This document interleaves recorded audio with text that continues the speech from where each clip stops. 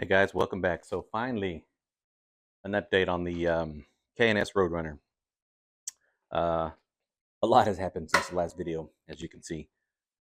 Um, I would say it is 99.5% complete. There's no oil in the engine right now. Um, I still have to sort out the throttle. Throttle cable is just kind of wrapped up there and waiting to get worked on. I was going to finish it up, but I got distracted by this little Rutman over here and started working on that and kind of neglected this one in time for the pool start picnic earlier this year. I took it out there and showed it. Got a lot of um, good comments on it, a lot of feedback. Turns out everybody liked the little Rutman more, but anyway, just kind of a breakdown. Man, I don't remember what I said on the last video. Didn't watch it before I made this, so I'll just kind of go over the best I can. Powder coated the frame blue. This is just a standard blue color I pulled off prismatic powders. Tried to go for something that was kind of a classic color. If you recall, I was trying to model this bike after a 50s and 60s Indy car. Um, so it's just a basic blue, kind of like a shop table blue, or like those old school colors. Really wasn't looking for anything too crazy. Um, the engine, powder coated it white cover. The pull start cover is a chrome. I did get a shorter intake for it. It had that long pea shooter intake. Um, Friends on the internet told me I could get a shorter one, probably help out the horsepower on it. Um, so I did get that. I powder coated it. Actually, I didn't powder coat that. I used a rattle can um, wrinkle red, and it came out pretty good. That's a new carb, new fuel line, and then I was able to work a little small air cleaner on there. I had to get a little adapter, and then I had to scuff up the inside of the air cleaner to fit on the adapter because every time I tightened it down, it would try to pinch itself off. Um, but other than that, the engine, I just basically took it apart. Did not do anything to the valves or anything like that. I did clean the inside out pretty good, and then just ended up rattle canning it with engine paint, a silver color. Let me roll it outside to get a little brighter light on it. So some of the little custom touches. The original decals were supposed to be like a chrome black stripe. I had some engine turn gold, and then I printed black stripes on clear, and then put it over the chrome. It's kind of bubbling up a little bit, but I just need to get a heat gun to it to kind of get it to settle down. Use some acorn nuts for the top of the fenders, just to kind of trick that out a little bit. Shocks are pretty. Uh, they're brand new actually. Ordered those from Go Power Sports. Seat I got off of eBay. It is a not sure who the builder is, but did a pretty good job. It's a nice, good, cushiony seat. Of course, the back bar under the seat I powder coated white, just to kind of, if you look at some of those pictures of the old race cars, their roll bar on the back was white. Um, you can still see some of the pitting on this frame. This frame was pretty pitted, pretty bad, but I took care of it in some spots. Other spots, I really don't care. I really don't care. It's fine. I'm gonna probably put some grip tape on here a little later. But the rear bar was pitted pretty bad. I used some primer powder coat first, sanded it down, and then powder coated it white, and it smoothed it out pretty good because it was just like these foot pegs down here. It was pretty pitted. Same thing with the bars. Um, the handlebars were pretty pitted, and this is a powder coat chrome, which is good as long as you don't touch it. You start wiping it a whole bunch and rubbing it, it scratches just like paint. So it's not like uh, real chrome, but looks good. Works just as good.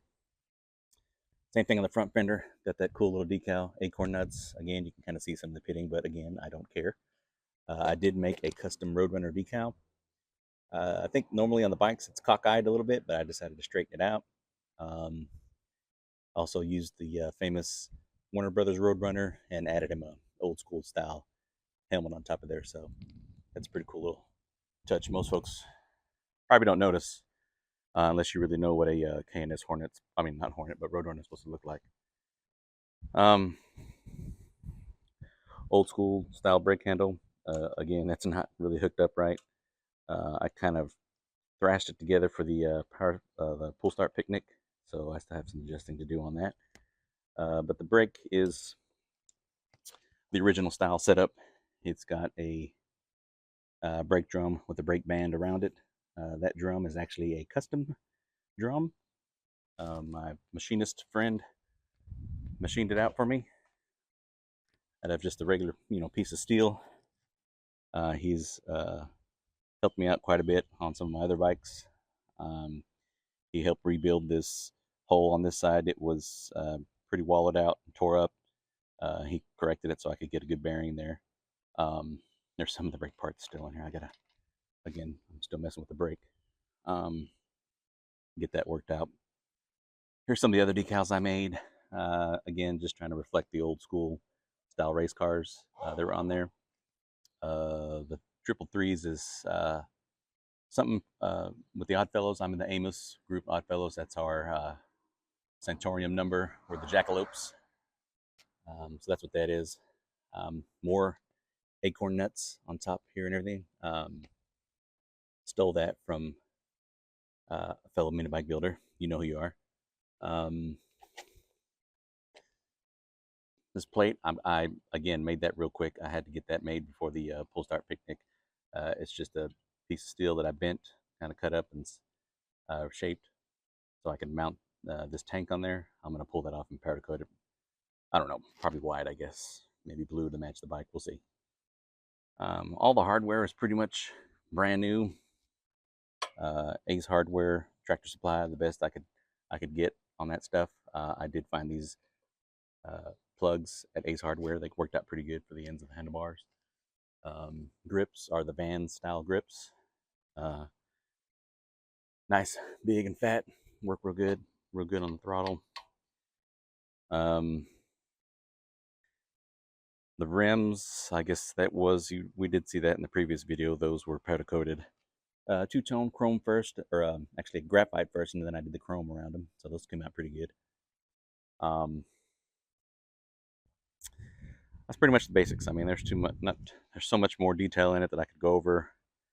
It would take me forever. It took me a while to sort out the torque converter because this is the first time I've used the torque converter. It is a Comet 20 series, and I believe that's a 6-inch on the back here. It may be backwards. It may not be. I don't know. We'll have to see once I get it running. The exhaust pipe obviously is not preferred. It's just a gas pipe cut to put on there. I'm eventually trying to work with somebody to get a custom muffler made, or pipe actually, just to go straight out the back. But for now, that's what we're going to use. It probably won't face that way. I need to get a locking nut for it so I can keep it straight somehow. Again, still trying to source that out. That's probably not ideal because it'll heat up this belt and it'll probably burn the frame right there. So that's not permanent. The Comet clutch cover, I did powder coat chrome. Again, I had to tap the shaft so I could bolt it on there. But a friend of mine, again, my machinist buddy, made me a nice little brass cap to go over that in the bolt, so it came out pretty cool looking. Kickstand is powder coated chrome. Just a regular new spring on there. That's pretty much it. I mean, it came out fantastic. I think I really like how it came out. Just a few more things to get it going and running. Hopefully, I'll get a video of me riding it down the street, or maybe ripping it down the road a little bit. So, thanks for watching. Comment, subscribe.